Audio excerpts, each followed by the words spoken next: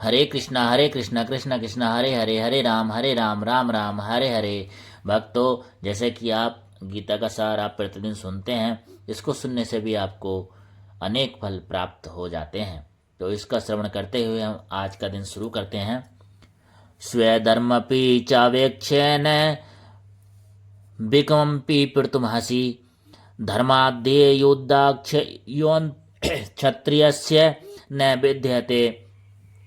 अर्थात भगवान श्री कृष्ण अर्जुन से कहते हैं, क्षत्रिय होने के नाते आप विशिष्ट धर्म का विचार करते हुए तुम्हें जानना चाहिए कि धर्म के लिए युद्ध करने से बढ़कर तुम्हारे लिए कोई अन्य कार्य नहीं है। अतः तुम्हें संकोच करने की कोई आवश्यकता नहीं है।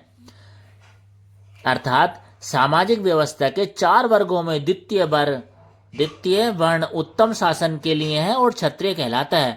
क्षत्रिय का अर्थ है चोट खाया हुआ, जो क्षति से रक्षा करे, वह क्षत्रिय कहलाता है। त्रायते रक्षा प्रदान करना, क्षत्रियों को वन में आखेट करने का प्रशिक्षण दिया जाता है। क्षत्रिय जंगल में जाकर शेर को ललकारता है और उससे आमने सामने अपनी तलवार से लड़ता था। शेर की मृत्यु होने पर उसकी राजसी ढंग से अंत्येष्टि की जाती थी। आज भी जयपुर रियासत के क्षत्रिय राजा इस प्रथा का पालन करते हैं। क्षत्रिय को विशेष रूप से ललकारने तथा मारने की शिक्षा दी जाती है, क्योंकि कभी कभी धार्मिक हिंसा अनिवार्य होती है। इसलिए क्षत्रियों को सीधे संन्यासरम ग्रहण करने का विधान नहीं है। राजनीति में अहिंसा कूटनीति चाल हो सकती है, किंतु यह कभी भी कारणीय सिद्धांत नहीं रही। धार्मिक संहिताओं में उल्लेख मिलता है, एवेषु मिथ्यो न्याय जिंगासंतो महिक्षित युद्धमनां परम साक्यम स्वर्ग यांतरा प्रलय मुख्या यज्ञेषु पाशवो महान ब्राह्मण हन्यते संततः द्विजे संस्कृता किल मंत्रेक्ष तव्यपि सर्वबानुपम। युद्ध में विरोधी ईर्ष्यालु राजा से संघर्ष करते हुए मरने वाले राजा या क्षत्रिय को मृत्यु के अनंतर वे उच्चोलक प्राप्त होते हैं, जिसकी प्राप्ति यज्ञनी में मारे गए पशुओं की होती है। अतः धर्म के लिए युद्ध भूमि में वध करना तथा याज्ञिक अग्नि के लिए पशु का वध करना हिंसा कार्य नहीं माना जाता, क्योंकि इसमें निहित धर्म के कारण प्रत्येक व्यक्ति को लाभ पहुंचाता है। और यज्ञ में बलि दिए गए पशुओं को एक स्वरूप से दूसरे में बिना विकास प्रक्रिया के ही तुरंत मनुष्य का शरीर प्राप्त हो जाता है। इसी तरह युद्ध भूमि में मारे गए क्षत्रिय यज्ञ संपन्न करने वाले ब्राह्मणों को प्राप्त होने वाले स्वर्गलोक में जाते हैं। स्व धर्म 2 प्रकार का होता है। जब एक मनुष्य मुक्त नहीं हो जाता, तब तक मुक्ति प्राप्त करने के लिए धर्म के अनुसार शरीर विशेष के कर्तव्य करने होते हैं। जब वह मुक्त हो जाता है तो उसका विशेष कर्तव्य या स्वधर्म आध्यात्मिक हो जाता है और देहात्म बुद्धि में नहीं रहता।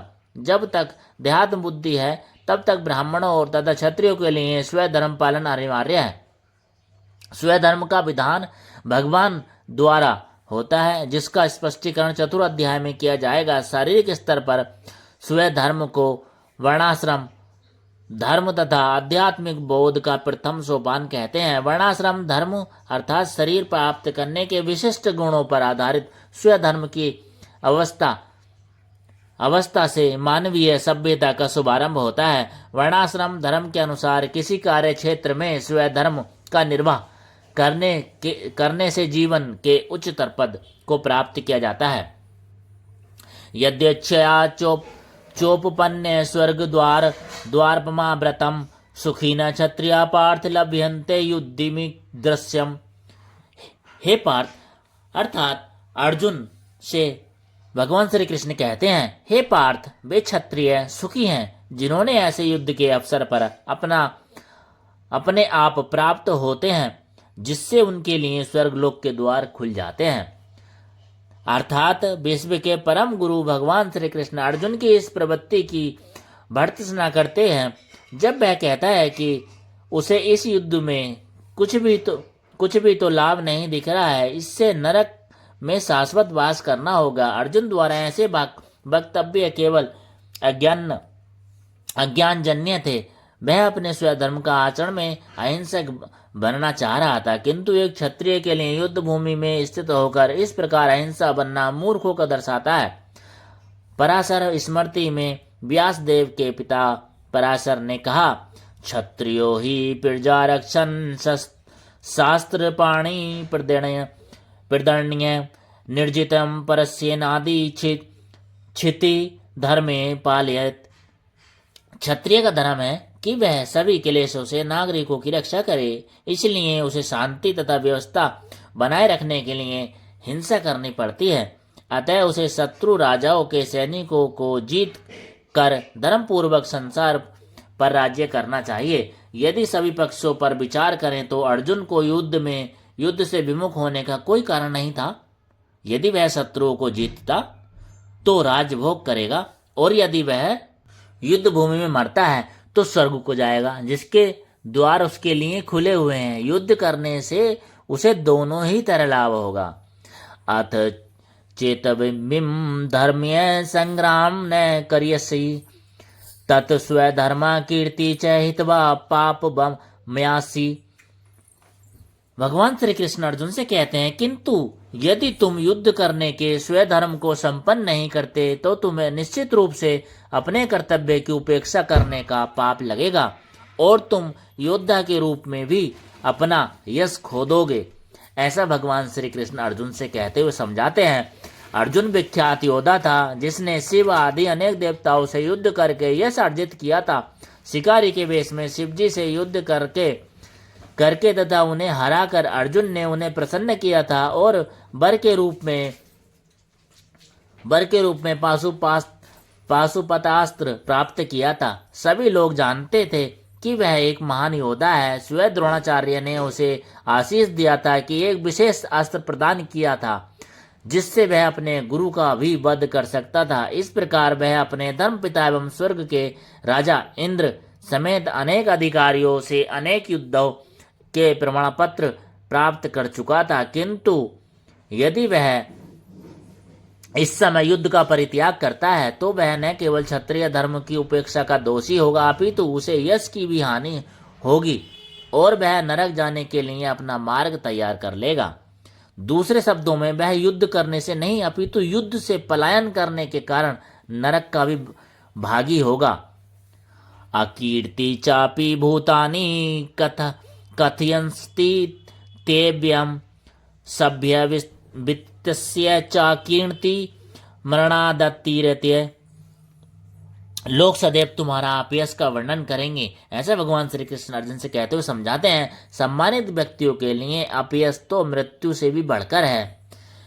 अब अर्जुन के मित्र तथा गुरु के रूप में भगवान कृष्ण अर्जुन को युद्ध से विमुख न होने का अंतिम निर्णय देते हैं। वे कहते हैं, अर्जुन, यदि तुम युद्ध प्रारंभ होने के पूर्व ही युद्ध भूमि छोड़ देते हो तो लोग तुम्हें कायर कहेंगे, और यदि तुम सोचते हो कि लोग गाली देते रहें किंतु तुम युद्ध भूमि से भागकर अपनी जान बचा लोगे, तो मेरी सलाह है कि तुम्हें युद्ध में मर जाना ही श्रेयस्कर होगा। तुम जैसे सामान्य व्यक्ति के लिए अपकीर्ति मृत्यु से भी बुरी है, अतः तुम्हें प्राण भय से भागना नहीं चाहिए। युद्ध में मर जाना ही श्रेयस्कर होगा। इससे तुम मेरी मित्रता का दुरुपयोग करने तथा समाज में अपने प्रतिष्ठा खोने के अपयश से बच जाओगे। अतः अर्जुन के लिए भगवान का अंतिम निर्णय था कि वह संग्राम से पलायन न करे अपितु युद्ध में मरे। भयाद्रणादुपरंतम मत्स्यन्ते त्वां महारथ येष्यं च त्वं बहुमतो भूत्वा यास्यसि लाघवम्। भगवान श्री कृष्ण अर्जुन से कहते हैं, जिन जिन महान योद्धाओं ने तुम्हारे नाम तथा यश को सम्मान दिया है, वे सोचेंगे तुम डर के मारे युद्ध भूमि छोड़ दी, और इसे तरह तरह से वे तुम्हें तुच्छ मानेंगे। भगवान श्री कृष्ण अर्जुन को अपना निर्णय सुना रहे हैं। तुम यह मत सोचो अर्जुन कि दुर्योधन, कर्ण तथा अन्य समकालीन महारथी यह सोचेंगे कि तुमने अपने भाइयों तथा पितामह पर दया करके युद्ध भूमि छोड़ी है। वे तो यही सोचेंगे कि तुमने अपने प्राणों के वैसे युद्ध भूमि छोड़ी है। इस प्रकार उनकी दृष्टि में तुम्हारे प्रति जो सम्मान है वह धूल में मिल जाएगा। अवाच्य बादाश्रय बहुन्यदसन्ति तवाहिता निंदन्तस्व तव सामर्थ्य ततो दुक्तरम न नु किम। तुम्हारे शत्रु अनेक प्रकार के कटु शब्दों से तुम्हारा वर्णन करेंगे और तुम्हारी सामर्थ्य का उपहास करेंगे। तुम्हारे लिए इससे दुखदाई और क्या हो सकता है पार्थ अर्जुन।